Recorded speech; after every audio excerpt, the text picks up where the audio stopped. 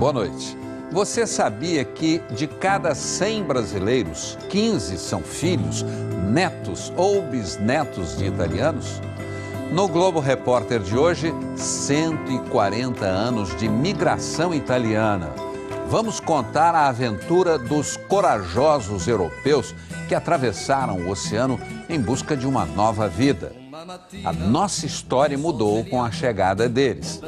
Ajudaram a construir a maior cidade do país, revolucionaram a agricultura, nos revelaram o encanto das pizzas e das massas, deixaram suas marcas na culinária e na cultura brasileira, sempre com muita alegria e muito amor ao trabalho. O programa de hoje é uma coprodução com a RBS TV, afiliada gaúcha da Rede Globo. Nos acompanhe nessa viagem mágica por terras brasileiras e italianas. Intensos, exagerados. Saúde! Eles, mais do que ninguém, são assim. A alegria e a felicidade estão na cara dos moradores desse lugar que construíram para chamar de seu. Grazie! Benvenuti à Itália. Na verdade, bem-vindos a esse pedacinho da Itália que fica no Brasil. E começou a ser construído pelos imigrantes italianos há mais de 140 anos. Que chegaram à América como quem chega à Terra Prometida. Vieram em busca de uma vida nova, de esperança e de muita dificuldade. Uma história que envolveu partidas, abandonos, mas envolveu, acima de tudo, coragem. Foi de uma das regiões mais lindas da Itália, de onde partiu grande parte dos imigrantes. Deixaram para trás cidades espetaculares. Mas se tiveram que abandonar esses lugares, levaram na lembrança a certeza de que mesmo na adversidade é possível uma nova vida. E a prova é a própria Veneza, uma cidade que desafiou a geografia e foi construída sobre as águas. Mas nem a imponência da capital do Vêneto impediu que a Itália, da segunda metade do século XIX, mergulhasse numa grande crise. Não havia comida nem trabalho. E era dessa Itália pobre, sem oportunidades, que os imigrantes fugiram. Em navios a vapor, com pouquíssima bagagem, enfrentaram o mar durante 40 dias. Quase metade dos italianos que chegaram ao Brasil veio entre 1886 e 1914. Foram mais de 1,5 milhão de imigrantes. E no Brasil, que precisava de mão de obra para a colheita do café e oferecia terras a preços baixos, os imigrantes foram principalmente para os estados do Espírito Santo, São Paulo e o sul do país. Transformaram dificuldades em riquezas e espalharam suas tradições. Marília, qual foi a importância dos italianos no Brasil? Tem uma estimativa da Embaixada Italiana de 2013 de que tem mais de 30 milhões de descendentes de italianos, é quase 15% da população brasileira. Então, é uma influência espraiada pelo território nacional inteiro. Marília também é descendente de italianos. Ela é diretora do Museu da Imigração de São Paulo, que funciona no prédio construído para servir de hospedaria aos primeiros imigrantes. A avó dela, Maria, também se hospedou aqui há mais de 90 anos. São Paulo tem uma relação afetiva com a imigração italiana, né? Eu acho que tem um apego com isso, gosta de valorizar isso. E claro que isso tem muito a ver com esse desenvolvimento do estado e da cidade. E a gente, enfim, perpetua isso no sotaque, na massa, na pizza. Hoje em dia é fácil reconhecer, e de longe, os descendentes dos imigrantes. Eles adoram se entregar aos prazeres da mesa, especialmente com a família reunida. Meu primo, minha nora, meus filhos, meus netos. O importante é a reunião familiar, o amor, o carinho, a união. Afetivos e super expressivos. a gente expressa todos os nossos sentimentos com muita alegria, muito exagero. E como se não bastasse tudo isso, ainda vestem a camisa. Glória, é italiano mesmo.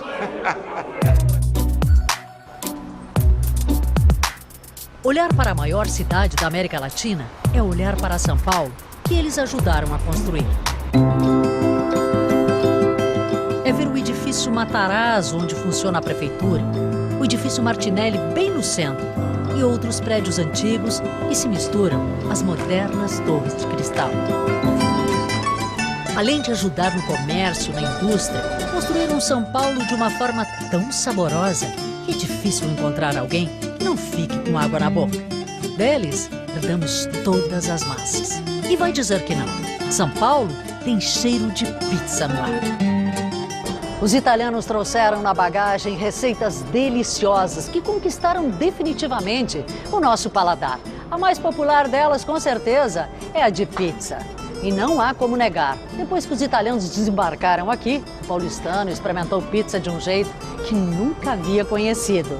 E o gosto se espalhou pelo país e nós nos tornamos um dos maiores comedores de pizza do planeta. São 572 mil pizzas por dia, pelos cálculos da Associação Pizzarias Unidas do Estado de São Paulo. Mamma mia! Quando não sabe o que comer, vamos na pizza, porque todo mundo gosta. Por que será que as pessoas são tão loucas por pizza? Eu não sei, mas que é muito boa, é. E não basta ser redonda ou estar cheia de queijo na hora de assar. Pizza é um negócio tão sério, mas tão sério que tem até certificado de identificação de origem. Quer dizer, é feita de acordo com a receita original de alguma localidade da Itália. Esta pizzaria certificada, que faz a pizza igualzinha de Nápoles, já está na 3ª geração. Nós temos muito orgulho de falar da nossa avó e do nosso pai, porque foram as pessoas que trouxeram a receita típica napolitana para o Brasil. Está indo para 57 anos agora, no final do ano. É uma vida, realmente. Desde quando eu era moleque, eu acho que eu não sabia separar o que era brinquedo e o que era a cozinha, né? Porque a gente morava em cima da pizzaria, né? A pizzaria era embaixo. De repente, fazer guerrinha de massa um com o outro. E teve muitos momentos, assim, engraçados, bacanas, bem típico de filme, né? De família napolitana. Descendente de imigrantes italianos, Walter também é dono de pizzaria. Ele não só construiu restaurantes típicos para ganhar a vida, mas enfeitou uma rua inteira com jeitinho de Itália. Encheu de luzes coloridas, flores, pontes, cerquinhas. Era um sonho de garoto. E qual é a conexão que você poderia fazer agora entre os seus antepassados que vieram para o Brasil, no sonho de morar na América, de uma vida nova, e o que você construiu aqui? Eu sou a semente deles. Eu acho que está em mim todos os sonhos que já estiveram neles. Eu poderia dizer que esta rua, todo esse trabalho, é o meu agradecimento pelo que eles me deram. O trabalho feito assim com dedicação deixou também paisagens espetaculares. Os descendentes de imigrantes cobriram a serra com parreirais que sobem e descem montanhas. E transformaram o sul do Brasil no maior produtor de vinhos do país. Só neste ano produziram 335 milhões de garrafas. Um dos donos da vinícola, que está entre as 10 maiores do país, conta o segredo do sucesso. Eu diria que está no nosso DNA e de não saber fazer outra coisa a não ser trabalhar com o setor da vitivinicultura. E sabem também ganhar dinheiro. Acho que são cidades ricas, né? Sim, um pouquinho agora, mas se a gente cresceu, se a gente ganhou um pouco de dinheiro, foi realmente por questão, mais uma vez, do nosso trabalho. Motivos para comemorar não faltam. Aqui a gente é convidado a experimentar o vinho, o espumante da região, em lugares como esse, tão lindo, que mais parece um cenário. E os donos das propriedades oferecem, junto com a taça, toda essa alegria italiana.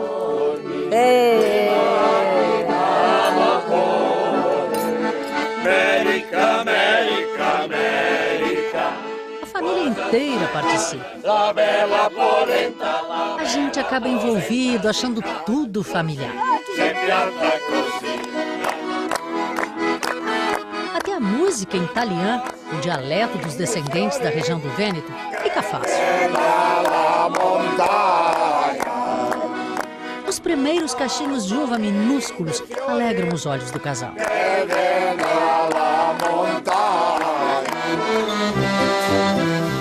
Mas a uva e o vinho vieram depois.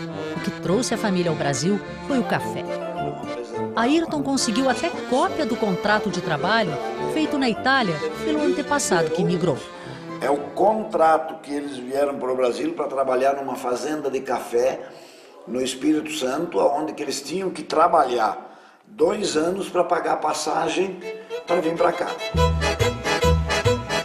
E os italianos trouxeram muitas receitas de vida e dos prazeres da vida. Pão assado no forno de barro. Foram os italianos que nos acostumaram a comer pão nas refeições. Assunta passa a manhã sovando a massa e moldando os pães. Lá fora, a paisagem e o tempo lembram muito o lugar de onde vieram seus antepassados, as montanhas do Vêneto. E com o restinho que sobra da massa do pão, as nonas até hoje costumam fazer pãezinhos especiais para as crianças que se chamam colombina. Faz um rolinho, dá um nó e molda a cabeça e o biquinho. Agora a gente bota na palha de milho. Minha colombina! São elas, as colombinas ou pombinhas, a forma mais delicada de apresentar o pão feito em casa para as crianças. Olha que bonitinha. Viu? Assunta adora esse ritual, que tem até uma singela canção. La colombina, la galeale, cole soale, la toca al cielo. Ai, que lindo! Pombinha tem asas e com as asas encosta no céu. Ai, que lindo! São gestos repetidos por muitas gerações. Preste atenção nesse olhar, nesses parreirais. Visitar propriedades rurais no interior da Itália é encontrar um jeito de viver bem parecido com os das cidades brasileiras de colonização italiana. É tudo muito familiar. É como se uma lembrança, uma memória herdada dos antepassados fosse revelada. E vamos combinar, né? Olhando para tudo isso aqui, não dá a sensação que a gente está lá na Serra Gaúcha?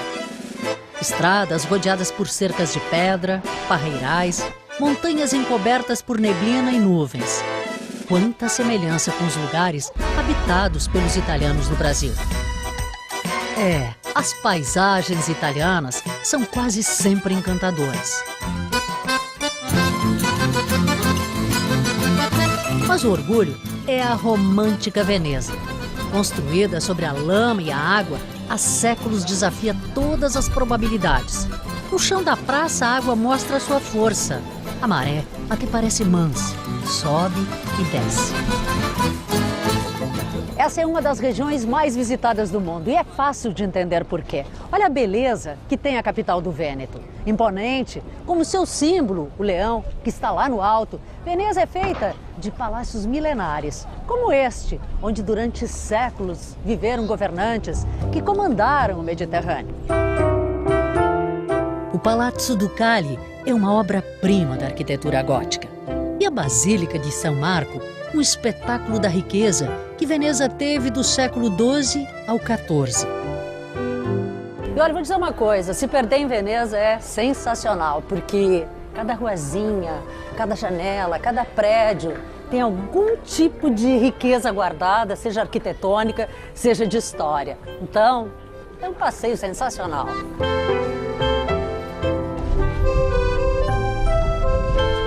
E quantas surpresas andar aqui por Veneza. Olha só as ruazinhas, dá uma olhada nessa aqui, olha a largura dela. Tá sobrando mão, gente, de tão estreitinha que ela é. E olha que linda! Do tempo da riqueza econômica por conta do comércio marítimo em suas 118 ilhas, ficou um detalhe mais lindo que o outro. Na arquitetura que mistura estilos bizantinos, românticos, renascentistas. Das igrejas, das praças, das pontes. São 400. Na tradição das peças de Murano, dos frutos do mar, que chegam fresquinhos do Adriático, nas máscaras do carnaval. Olha que lindo aqui, ó. Carnaval de Veneza. Chique, hein? Como te chama? Sebastiano. Sebastiano, piacere. Pergunto se ele gosta de morar em Veneza. E ele diz que é o lugar mais lindo do mundo e que jamais viveria em outro lugar. Vivere in un'altra città. Tchau. Ciao, grazie. Tchau para o Brasil. Ciao a tutti, ciao per il Brasile. Os turistas chegam em multidões e amam essa cidade. São 20 milhões por ano. Tem origens italianas? Sim, tenho. Aqui do Vêneto? Do Vêneto. O que você sente em conhecer um lugar onde viveram seus antepassados? Maravilhoso, emocionante. Em Veneza, nem é preciso estar apaixonado para entrar no clima de romance. A gente fica olhando para esses prédios e pensando como a vida é linda aqui. Imagine todas as manhãs abrir as janelas e ter essa vista diante dos olhos, a rua e as gôndolas passando. Veneza é inesquecível. É uma cidade para finais felizes, mesmo para aqueles que um dia tiveram que partir. Porque a inspiração viajou com eles. Eles que também foram em busca de finais felizes para suas vidas.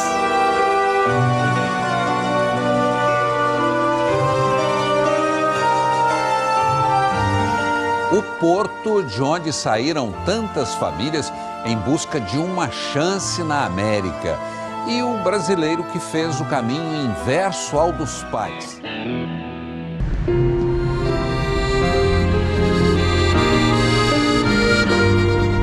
Todos os dias, durante muitos anos no século XIX, camponeses italianos chegavam a Gênova, a capital da Ligúria. Vinham de longe. E na cidade, em tons de laranja, muito iluminada, mas com uma infinidade de ruazinhas estreitas por onde o sol nunca passa, deram os últimos passos antes do porto que os levaria para um novo destino. Quantas famílias partiram desse porto? Aqui a esperança se mistura com tristeza. E eu olhando para esse lugar lembro e penso nos meus antepassados que com certeza a minha família viveu a mesma coisa que as outras. Chegou aqui sem nenhuma orientação, muito antes da partida. E sem dinheiro para hospedagem, dormiu ali, naquelas ruas, no entorno do porto, enfrentando o cansaço e a humilhação. E quando chegavam aqui, exatamente onde eu estou, começava uma jornada ainda mais difícil. No Museu do Mar de Gênova, que reconta na Itália a vinda dos imigrantes ao Brasil, uma réplica mostra como eram os navios a vapor que levavam milhares de pessoas a cada viagem. Quase todos na terceira classe, dormindo em camas como essas. Era uma viagem difícil, 40 dias no mar. A migração era um navio pequeno, mas um navio muito carregado de gente. Quantas pessoas? 2.000 a 3.000 pessoas para a viagem. Era tanta gente num espaço apertado que quando uma pessoa ficava doente, quase todos também ficavam. E muitas não resistiam. Mesmo assim, dentro do navio, a vida era melhor do que a vida que tinham na Itália. De Omate, comunidade próxima a Milão, partiram alguns dos primeiros imigrantes que chegaram ao Brasil. Saíram de casas como estas. A maioria delas guarda histórias de uma vida difícil. Faltava comida e trabalho. Nem lenha tinham para aquecer o inverno. É por isso que tantas famílias partiram dessas casinhas. As que ficaram acompanhavam da janela a coragem e o sonho de quem ia para a América. Depois disso, a sensação que se tem é que essa comunidade nunca mais viu algo tão marcante e tão significativo. Tanto que as casinhas ainda são as mesmas e a população dessa comunidade em 140 anos aumentou pouco mais de 2.000 pessoas. Nas fachadas das casas, as plaquinhas que identificam as famílias ainda estão lá, como essa. Era a casa dos Cripa. Eles partiram de Omate e foram para o sul do Brasil. Fundaram a pequena Nova Milano, hoje distrito de Farroupilha, na Serra Gaúcha. Beatriz mostra a casa construída pelos bisavós italianos. Que ano é essa casa? Ela é de 1884. Os quartos são mantidos arrumadinhos do mesmo jeito. Tudo é muito simples, mas também tudo é muito lindo, como esse quarto quase intocado, como que para preservar a memória do Stefano e da Natalina, dois jovens que embarcaram num vapor na Itália com destino ao Brasil. A Natalina não tem fotos, mas o Stefano está aqui. Olha só que italiano simpático. Como todos os imigrantes, com certeza, os dois viveram momentos bastante difíceis, mas olhando num dos ambientes em que eles viveram, olhando para os detalhes, para a beleza, a gente tem a certeza de que eles é que ajudavam a vida a ser menos rude naquele tempo. Dá só uma olhadinha no enxoval da Natalina. Olha só as maravilhas que ela fazia. Esse guardanapo, na verdade, é um quadro, porque na época não havia quadro, bordado à mão aqui. E tem muitas peças maravilhosas aqui dentro, mas eu quero mostrar uma especialmente, esta aqui. Esta eram as calcinhas da Natalina.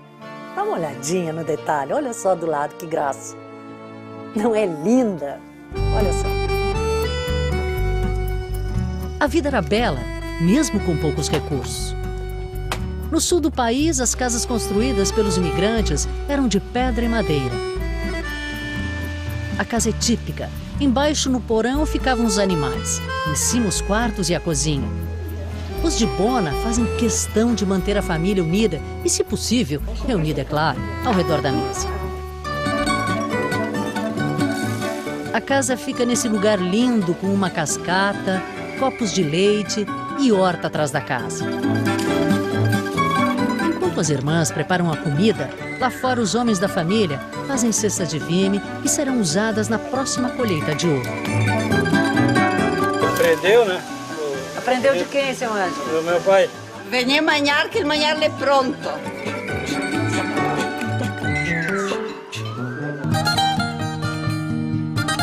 E tem um lugar onde as casas são belíssimas. Por causa delas, essa estrada ficou conhecida como Caminhos de Pedra. Estão lindas de novo por causa desse homem. Tarcísio Miquelon usou o próprio dinheiro para recuperá-las. Restauradas, hoje servem a hotéis e restaurantes. Essa cultura dessas casas vinha na cabeça dos construtores. Eles tinham essa profissão, então eles não precisavam de planta. E eles construíam casas de até 5 andares sem concreto. Eles começavam pelos cantos. Os italianos trouxeram para a América o gosto pela arte. Mesmo sem a riqueza do ouro, do mármore, inclusive os mais pobres ergueram maravilhas com o pouco que tinham. As casas simples de 2 andares, feitas só de madeira em Antônio Prado, no Rio Grande do Sul, são um espetáculo.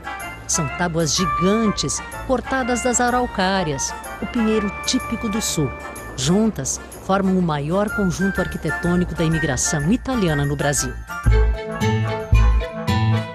Herança que muitos descendentes dos imigrantes estão deixando para trás.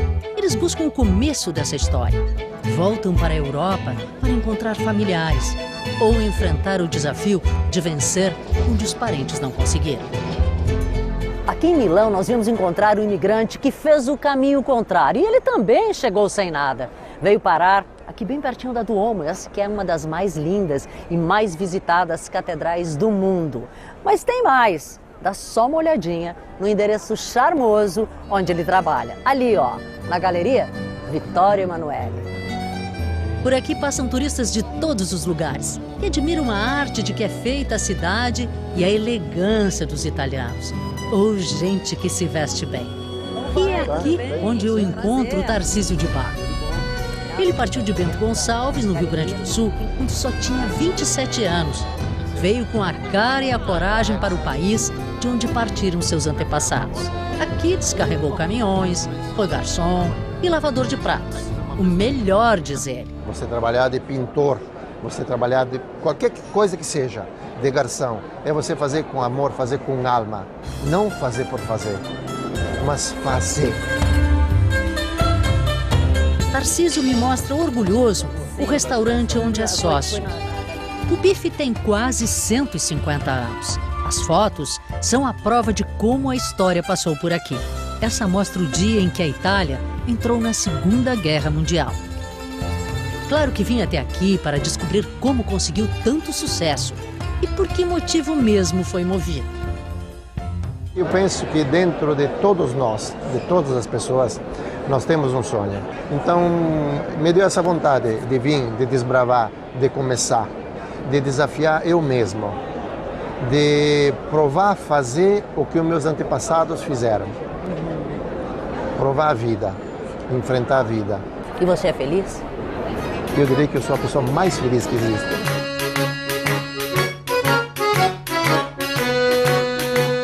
A sedução dos doces italianos. Até hoje, paulistanos ganham a vida com as receitas secretas que os antepassados trouxeram na bagagem.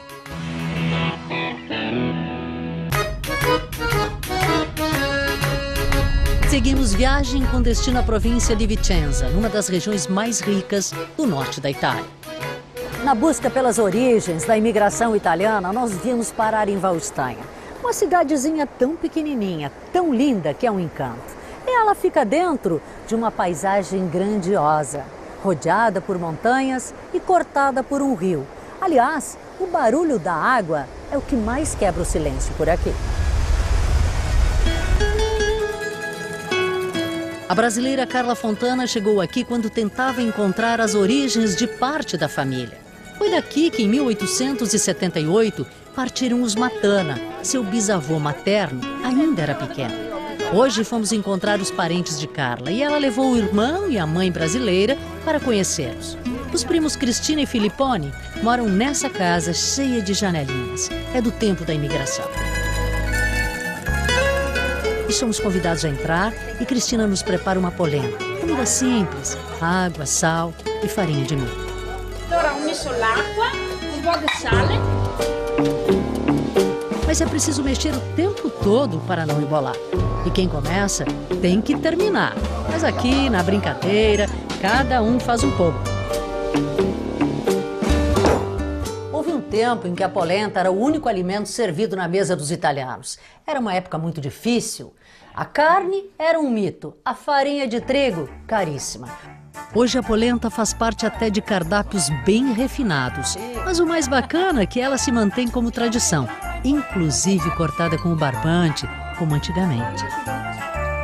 A família dos Matana aqui é bem pequena, só tem 6 pessoas com esse sobrenome. Em compensação, lá no Brasil, em Flores da Cunha, no Rio Grande do Sul, Carla já perdeu a conta de tantos parentes que tem. E nessa paisagem, com hortinha e parreiral no quintal, Carla conta o que sentiu quando chegou. Foi uma sensação de voltar para casa, de ter encontrado o lugar da onde a gente saiu. Não é estranho estar aqui. É uma coisa natural. Sou contenta porque habito com a minha. A Cristina diz que adora viver aqui, junto com a família, e que é sempre um prazer receber a visita da Carla e de todos nós. Eles daqui dizem sempre que gostariam de ir lá para ver, ou que é para trazer eles para cá, para encher de Matana aqui, porque não tem mais ninguém. Não vai ter lugar. Não vai ter lugar. Antes de nos despedirmos, damos mais uma espiadinha em Valstanha, com seus caminhos cheios de surpresas. Num deles, encontramos a francesa Daniela Cavalli. Ela, como a Carla, também veio atrás das origens. Me conta que o pai nasceu aqui, mas teve que fugir durante a Segunda Guerra e nunca mais voltou. Ela, assim que se aposentou, numa homenagem ao pai, escolheu passar aqui o resto de sua vida. Para todos os dias, saudar as montanhas que eram dele. Salutar le sue montagne. E ela está vivendo muito bem, olha aqui, ó, foi colher verbena para fazer chá, as florzinhas para botar no vaso e vive aqui, nesse lugar espetacular. Olha só que lindo! Seguimos viagem acompanhando Carla. A cerca de 1 hora fica a bela e rica cidade de Vicenza.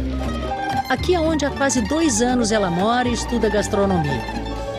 Carla me mostra com muita intimidade essa cidade cheia de palácios com mais de 500 anos e rodeada por uma linda muralha.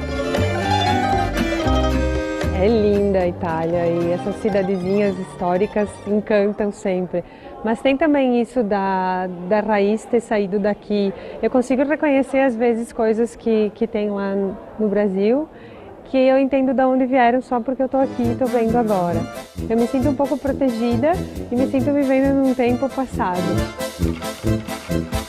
Este homem é um guardador de histórias. Com as lembranças do que os avós contaram, ele construiu uma vila no interior de Garibaldi, na Serra do Rio Grande do Sul.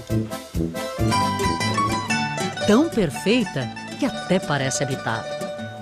Entrar nessa vila é voltar ao passado. Tem uma casa com armazém com louças, peças de tecidos e todo tipo de utensílios usados no início da colonização.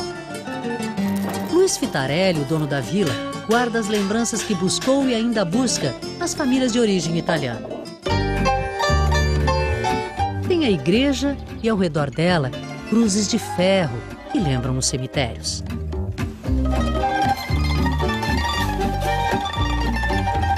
E uma marcenaria cheia de curiosidades. Essa é uma peça que tem muita importância para a gente vislumbrar a criatividade que tinha o imigrante italiano. Pegar um tronco de pinheiro centenário, multicentenário, e fazer dele um local para guardar o milho, para guardar a farinha, para guardar os mantimentos. É fácil entender a vocação da região para ter uma das maiores indústrias de móveis do mundo. A Serra também abriga fábricas que fazem parte do segundo maior polo metal-mecânico do país. É quase inacreditável que tudo começou num equipamento igual a esse, a forja, utilizada para a fabricação de instrumentos necessários ao trabalho do dia a dia, como, por exemplo, a foice para cortar o mato, a plantação, ou então a confecção da enxada para mexer na terra. E olha que interessante, lá atrás é um fole que joga ar nas brasas e aquece o ferro. Fitarelli construiu a vila para que outras gerações não esqueçam como tudo começou. A gente tem que saber de onde a gente veio para saber para onde a gente vai. Nada nasceu por um acaso. Tudo isso foi por causa deles. Longe do Fitarelli, Alexandre Leggeri também mantém viva a história dos antepassados. Guarda as fotos e o passaporte do pai, do avô, que vieram do sul da Itália. Na casa onde mora, ele tenta recriar um pouco da vida nos cortiços do Brás, em São Paulo, na época em que a família se instalou por aqui. Massa secando na cozinha e as mãos sempre ocupadas, preparando comida. Alex faz cannoli, um doce típico da Sicília que seu avô Ivo trouxe da Itália e que vendia na portaria do Clube Juventus, na Moca. Alex sustenta a família com cannoli. Vem cá. Ele me mostra como faz. Estica a massa, enrola, frita e recheia. Gente, o aroma desses cannolis, maravilhoso. Eu tô com água na boca. Agora, a única coisa que eu quero, a prova de que esse cannoli realmente faz sucesso lá no Bexiga, na Feira do Bexiga. Opa, vamos Garante? lá. Oh. Domingo nos encontramos na feira? Cedinho. Então até domingo. Tá bom. E esse daqui eu levo, posso? Bom apetite, bom apetite. Domingo de manhã, Feira do Bexiga. Aqui a gente alimenta os olhos com tantas antiguidades. Mas o que eu vim fazer aqui é encontrar o seu Alexandre e os cannolis que ele faz. Olá, bom dia. Bom dia. O senhor conhece o Alexandre que vende cannoli? Conheço, ali embaixo. Já provou o cannoli dele? É uma delícia. Vale a pena? Muito bom mesmo. Logo avistamos o Alex e muita gente comprando cannoli. Bom dia, senhoritas. Bom dia, meninas. Temos bons doces, hein? Bom dia, patrão. Vem comer um docinho. Brasileiros, italianos, roqueiros. Isso mesmo. Rita Lee também provou o cannoli do Alex. Gostou dessa prova? Porra, meu avô é imigrante italiano, Padula. É, e como é que era o nome dele? Domenico Padula, Domenico de Rio Padula. Claro, se estabeleceram em Rio Claro. Aí o meu lado paterno é americano, se estabeleceram em América, que é pertinho. Aí meu pai se encontrou com minha mãe, deram uma banana para os italianos, os americanos deram para São Paulo, nasceu. O Domingo Feliz. Adorei te conhecer, querida. Obrigada.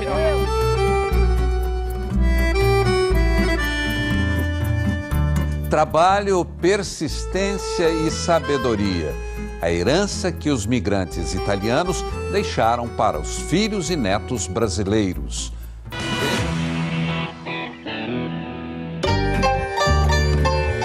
Imagina um lugar tipo paisagem de conto de fadas, com casinhas feitas de pedra com flores nas portas e janelas. Cavaso del Tomba, nas montanhas da província de Treviso, é assim, um encanto.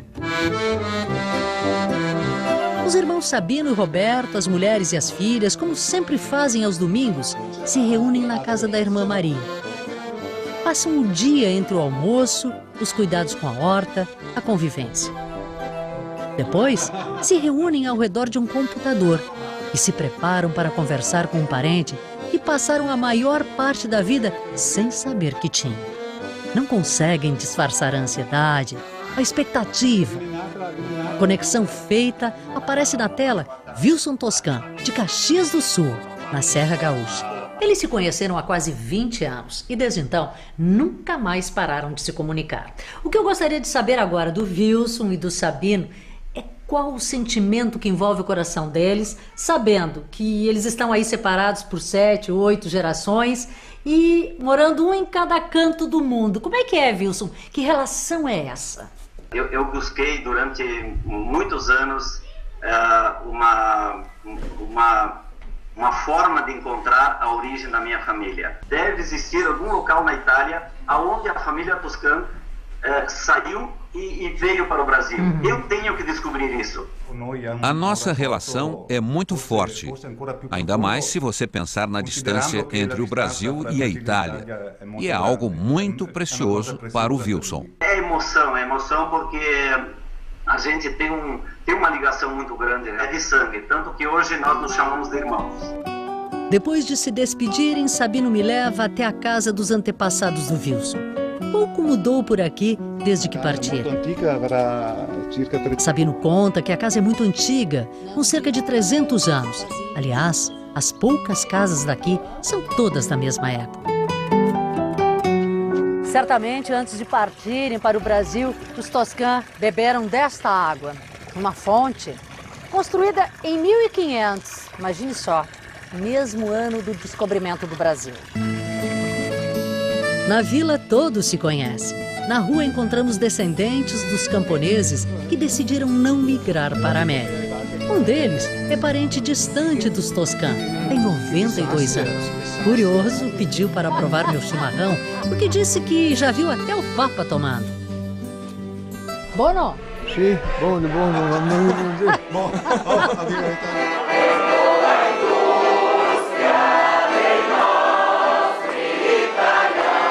Até hoje, em muitas noites do ano, os descendentes de italianos fazem encontros do jeito que as famílias realizavam quando chegavam à América. É o chamado filó. Colocam na mesa os alimentos que produzem, jogam cartas e as mulheres trançam a palha de trigo para fazer chapéus e sacolas. O filó era a sua grande integração. Era uma maneira deles se organizarem, de fazerem frente, de amenizarem também as grandes saudades da pátria-mãe provocada pelo tempo e pela distância. E assim, junto também um fator psicológico importantíssimo, de dar o seu grito de vitória. O filó é uma festa, mesmo que às vezes não pareça. Isso é um jogo ou vocês estão brigando? Não, é jogo. Mas no jogo da Mora, ninguém gosta de perder, não. No meio da confusão, ganha quem adivinhar e gritar primeiro a soma dos dedos. 5, 6. 5, tu fez um ponto.